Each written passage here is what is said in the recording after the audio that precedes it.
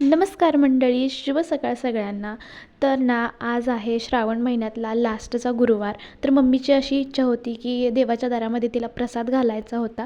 तर त्यासाठीच आम्ही ना रेवणसिद्धीला निघालो होतो. तर याचा पूर्ण ब्लॉग मी माझ्या या यूट्यूब चॅनलवरती टाकलेला आहे, तर ते तुम्ही बघू शकता. आम्ही दिवसभर काय काय केलं तर सर्व काही मी लॉंग व्हिडिओमध्ये टाकलं आहे, तर ते तुम्ही तर विट्याकडून मम्मी पण आली होती. मम्मी म्हणजे मम्मीची मम्मी. त्यानंतर आम्ही आरती वगैरे केली आणि मग आम्ही गेलो प्रसाद द्यायला. सगळ्यात आधी देवाला नैवेद्य दाखवला आणि माणसांना प्रसाद दिला. तिथेच अजून एक प्रसाद चालू होता, तिथेच आम्ही पण प्रसाद घेतला. त्यानंतर घरी येऊन पण जेवण होतं, कारण ना आज मम्मीचं नवनाथांचं उद्यापन होतं, त्यामुळे त्याची तयारी करायची होती.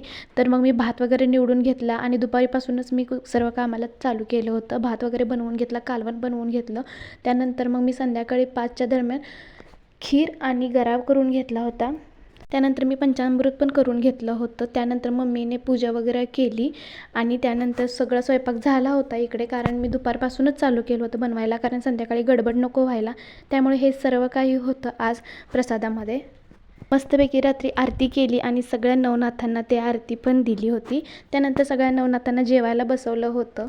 सगळ्यांनी मस्तपैकी जेवण केलेलं होतं आणि सगळ्यांना जेवण आवडलं पण होतं. असा होता माझा आजचा दिवस. तर तुम्हाला कसा वाटला हा ब्लॉग, आणि आपण भेटूयात नेक्स्ट ब्लॉगमध्ये. बाय.